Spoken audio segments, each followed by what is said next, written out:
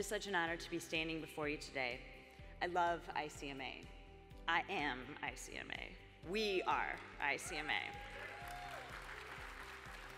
To me, being a part of ICMA isn't just about what ICMA does for me. It's what we all do together, for our profession, for local government worldwide.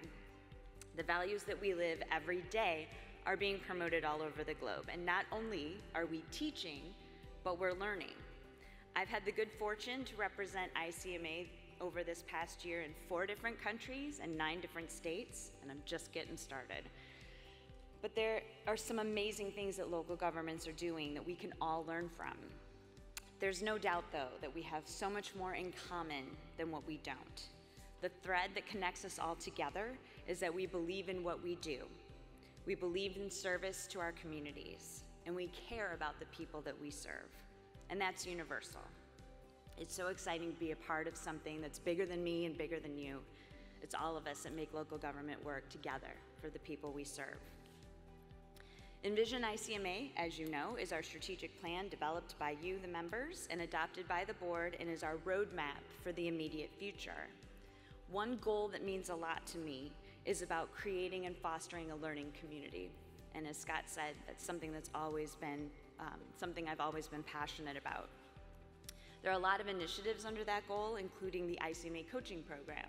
Some of you have seen the free webinars and our one-to-one coaching online tool, which is sort of a match.com for coaches and people wanting to be coached.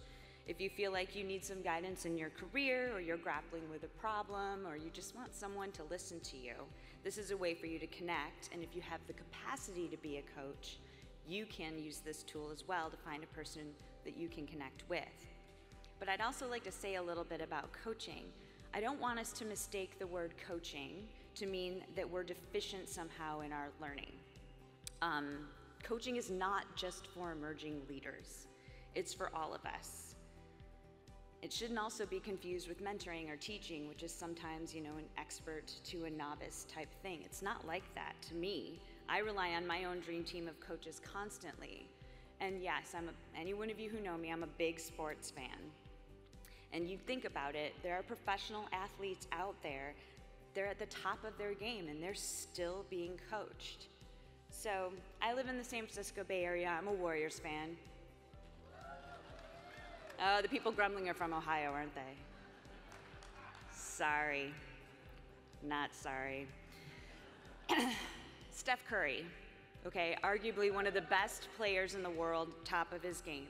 But do you know how he stays that way? You guys should YouTube it. So YouTube one of his practices. They're legendary. He's constantly doing drills. He's constantly shooting and dribbling and doing all of these things to continue to keep himself fresh. And he works with a coach. It's no different for us. You shouldn't ever think you're too experienced or too veteran, too old, too smart, too good to be coached. We always have the capacity to learn. And more than that, sometimes we need someone who isn't us to point out to us the truths that we're not seeing. I want all of us to adopt a coach and be coached mindset, because we're all in this together, and we're all in this to make our communities better. And we need to be able to rely on each other. These days, in the turbulent times that Doris Kearns Goodwin had been referring to, there's a lot going on. And I'm not talking necessarily about politics or policies. There's sort of this social climate that's given people a little bit more permission to be in your face, and maybe a little mean and a little nasty and talking in all caps.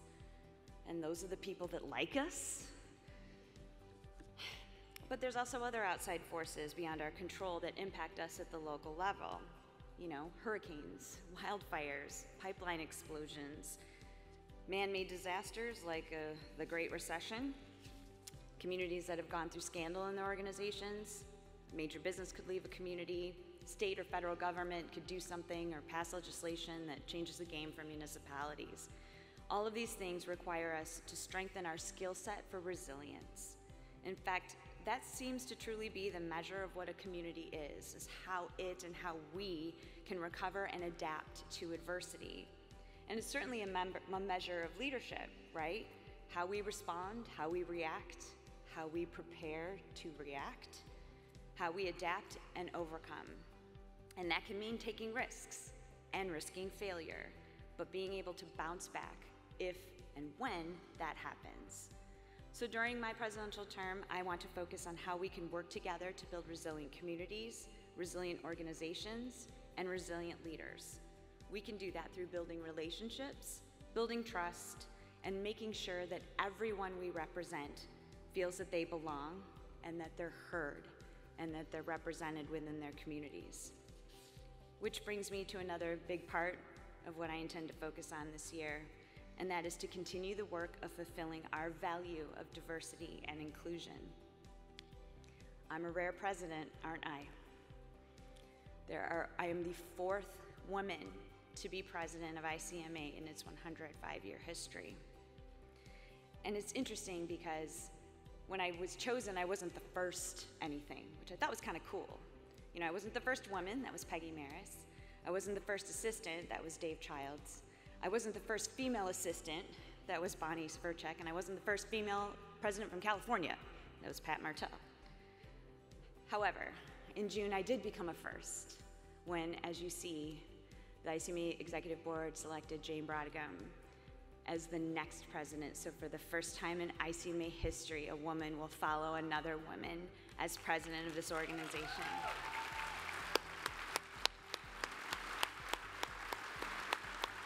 Yeah, it's kind of a big deal. When Pat Martell was president, she reminded us that you can't be what you can't see. And so I want to be sure I'm doing my part for that. That maybe in this room right now, there's someone out there who's seeing me on stage and thinking, you know what? I can do that.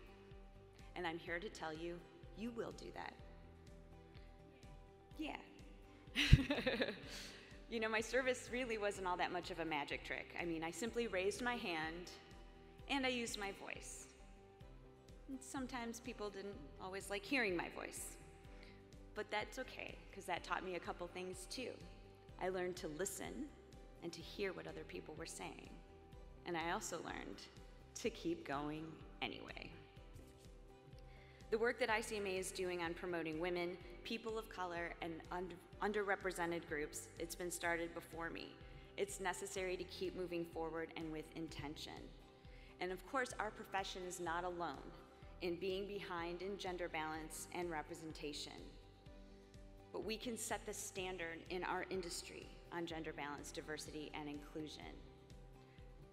I was really inspired by the keynote yesterday. I see this just as a perfect way to talk about watering the bamboo, right?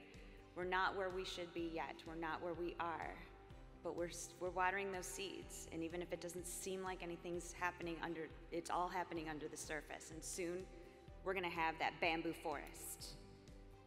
And let me say that I'm not at all suggesting that the bamboo chokes out any other trees. It's a big forest. There's room for all of us. And it'll be a better forest if we have lots of different types of trees in it. So we have to be comfortable with being uncomfortable. We have to keep having some of these uncomfortable, difficult conversations in order to shine the light on truth and move forward. We need to be fair. We need to be ethical. We need to include and value people, not just tolerate them. We need to follow our code of ethics for real when we say that we serve all people. We need to make our organizations and our communities environments where everyone feels valued and heard. And like we heard on Saturday from Joanne Lippman, these aren't women's issues. They're not minority issues or LGBTQ issues or under other represented. It's not. These are humanitarian issues. And we're all responsible for keeping this conversation going until we don't have to have it anymore. It's not about being politically correct. It's simply correct.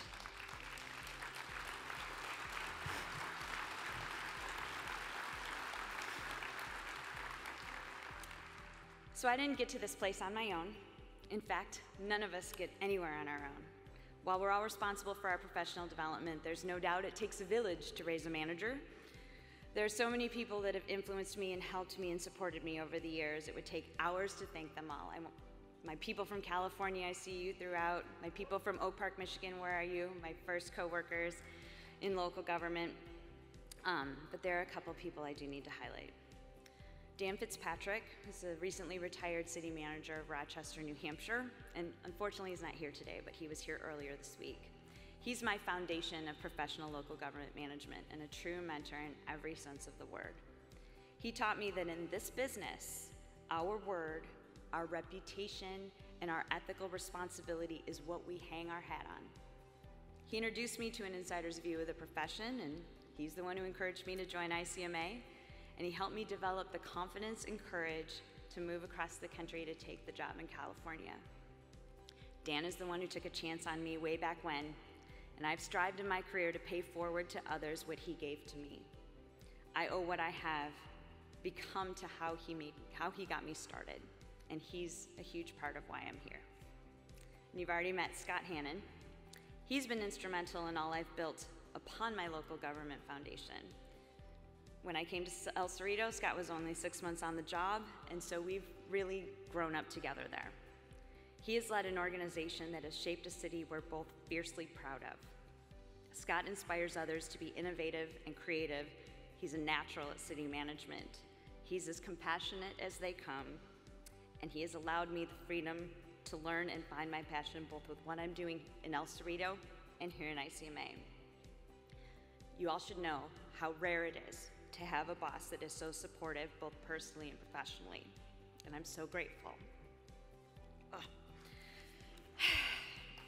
Scott, this is gonna look great on YouTube, isn't it? Scott's values, management style, and commitment to all that is important to him, especially his family, also my family, have been deeply influential on me, and he's a large part of why I'm here too.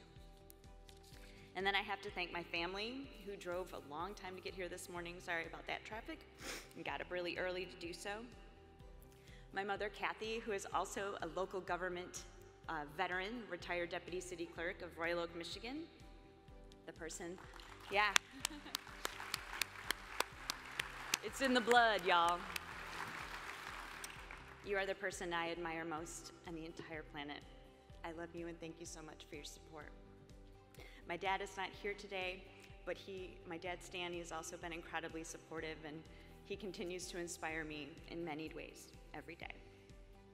My brother Steve and my sister-in-law Darlene, I joke with my friends that have multiple siblings that I'm so glad I only have one, but that's because I have the best one. And my sister-in-law, I never had a sister growing up, so now I've had a sister for the past 20 plus years.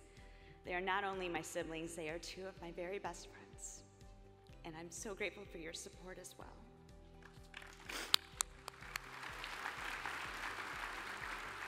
Why did I even wear makeup?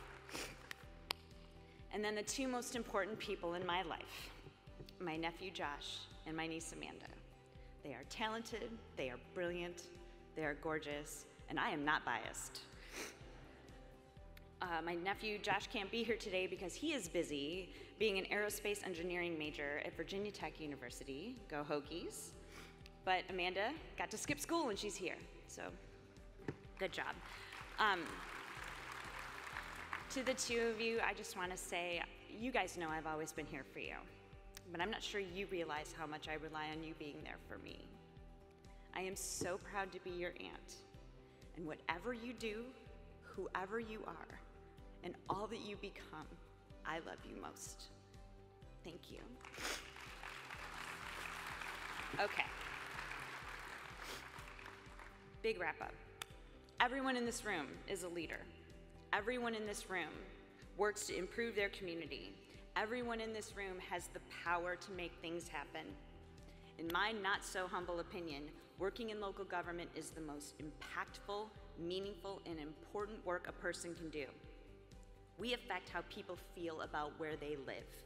If you think about where you grew up, your background, your neighborhood, your block, your community, your school, you have those memories. And now we are making those memories for other people. Whether you think so or not, your work makes you an ambassador for local government to every single person you come into contact with. You are part of our amazing story. Together, we make life work for people in our region, in our state, in our nation, and around the world. So if you're ever feeling small or frustrated, take a moment to reflect on this amazing profession that we are all a part of. The story of local government is the story of making people's lives better, and one that I'm so proud to share with all of you. I look forward to this journey as ICMA president, but believe me, I am taking you all with me. I know where I came from.